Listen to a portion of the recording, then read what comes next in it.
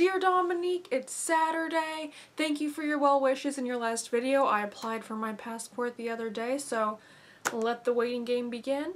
I hope 2014 brings a lot of good things for you as well, and also, on another note, we have the same calendar, so this should be a fun year. This week, I wanted to talk about Harry Potter, so... Wait, hold that thought.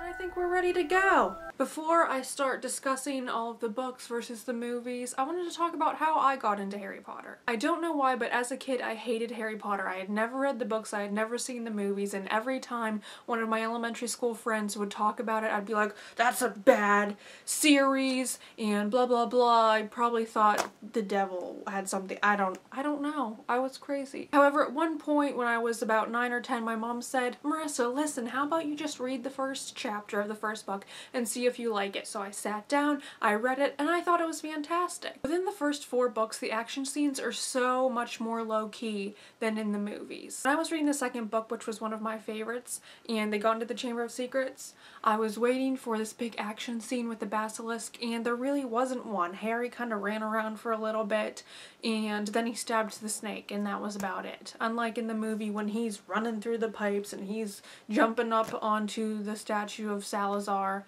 it just wasn't that awesome. However, there's a complete turnaround in the last 3 books compared to the movies. The action scenes in the books are so much more detailed and so much longer. I hate Ginny in the movie. She's so boring. It's like, why did Harry pick you? You're the most boring human being in the world. But in the book, she's so cool. Like, I believe it was in the 6th book when Ron catches Ginny and Dean making out and they start dueling. I'm like, that's fantastic. That's one of my favorite scenes just because it's so funny, and Ginny is just a little wild gal. Compared to the 7th and 8th movies, the 7th book is so much cooler than I thought it would be.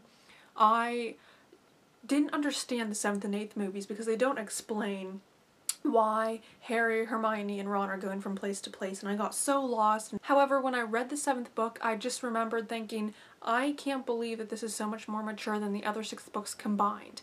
I love Harry Potter, but one of the things I have an issue with is that, yes, there's detail and there are things happening throughout the book, but I just feel like a whole lot of nothing happens for the majority of every book, and then there's this giant action scene, and that's where everything happens. But in the 7th book, there was action everywhere. There were huge fight scenes scattered throughout the book, and I really loved that, and everything flowed well, unlike in the movies. I don't know if I could say that I have a favorite book, because I like the 7th for all of the action, and yet you can't really compare it to the other 6 because they're not in school in the 7th. But I know my favorite chapter out of all of the books has to be the chapter in the 6th book called The Horcruxes, because it just explains Voldemort so much, and I think Tom Riddle is so interesting. There's one thing throughout the entire series that no one has ever really picked up on except for me, though. In the 5th book, it's on page 242 of the paperback version, you find out that Ron is a pervert. He does gross things in public that he shouldn't, and let me just read that for you right now. Using defensive spells, Professor Umbridge repeated with a little laugh.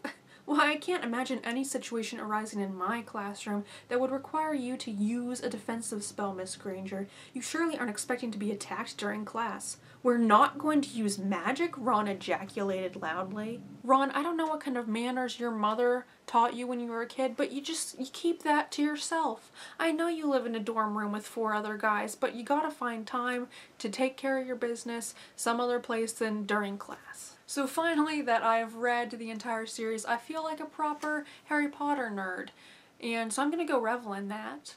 Dominique, have a great week. Also in a week, we will be back at school. Yay! See you then.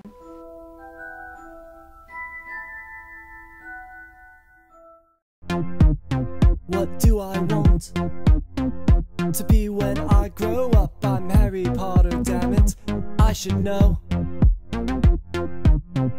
When all is said, I kinda peaked at 17, but really, where else can I go? Spoiler alert, when Voldemort is dead thanks to me, Dumbledore is dead thanks to Snape, Snape's dead thanks to Voldemort.